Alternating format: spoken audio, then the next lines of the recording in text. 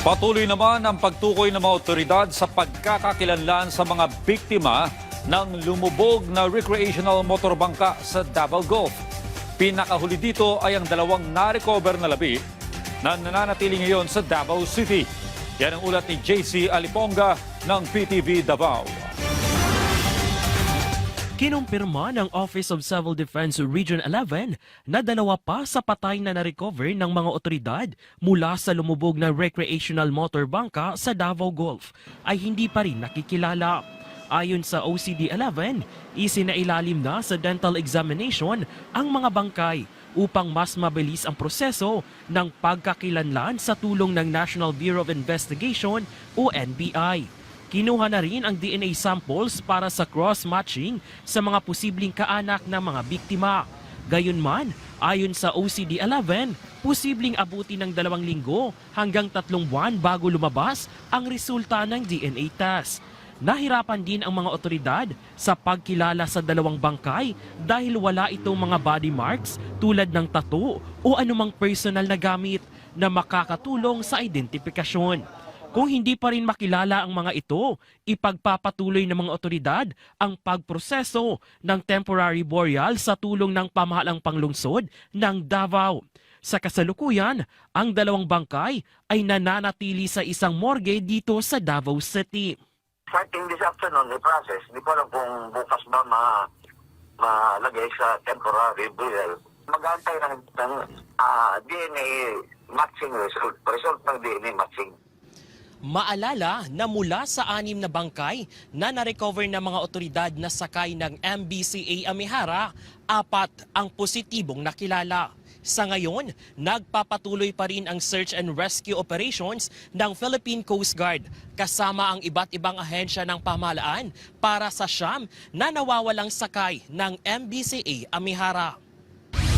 Matagumpay na nailigtas ng Regional Maritime Unit ng Bangsamoro Autonomous Region ang 15 sakay ng isang motorbangka na lumubog sa Isabela City, Basilan. Noong Martes, umalis ang bangka mula Zamboanga City, Lunes ng gabi, papunta sana sa Hulu-Sulu. Sa investigasyon, nagkaroon ng problema sa makina ng bangka dahil sa malakas na alon na humantong sa paglubog ng motorbangka. Agad naman nagsagawa ng search and rescue operation ang mga otoridad matapos makatanggap ng distress call. Matagumpay na nasagip ang lahat ng mga pasahero sa tulong ng mga residente, mangingisda at mga opisyal ng barangay sa lugar. Yung mga passengers natin, ma'am, na properly turned over na natin sa Coast Guard at saka sa PDRRMC ng Basilan for proper assistance sa kanila kung ano yung dapat gawin prior na mapawing sila sa mga kanya-kanyang pupuntahan nila.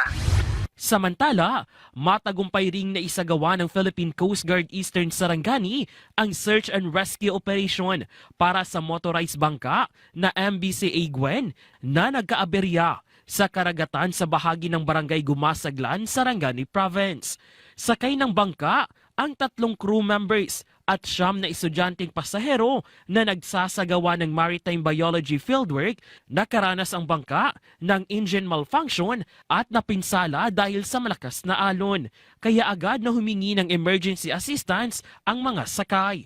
Mabilis na rumisponde ang mga otoridad at agad na nasagip ang lahat ng pasahero at ini-turn over sa kanilang mga pamilya sa General Santos City. Ay tumawag ng Philippine Coast Guard, hindi sila ng assistance sa MDRM Muglan, sa team. Sila po, ma'am, hindi na masyado, ma'am. Copy. Pero before pa daw, ma'am, wala pa sila na, ma'am. Ano ba, maalon daw. Kung yung bangka nila, ma'am, parang na, ma'am, suka ng tubig.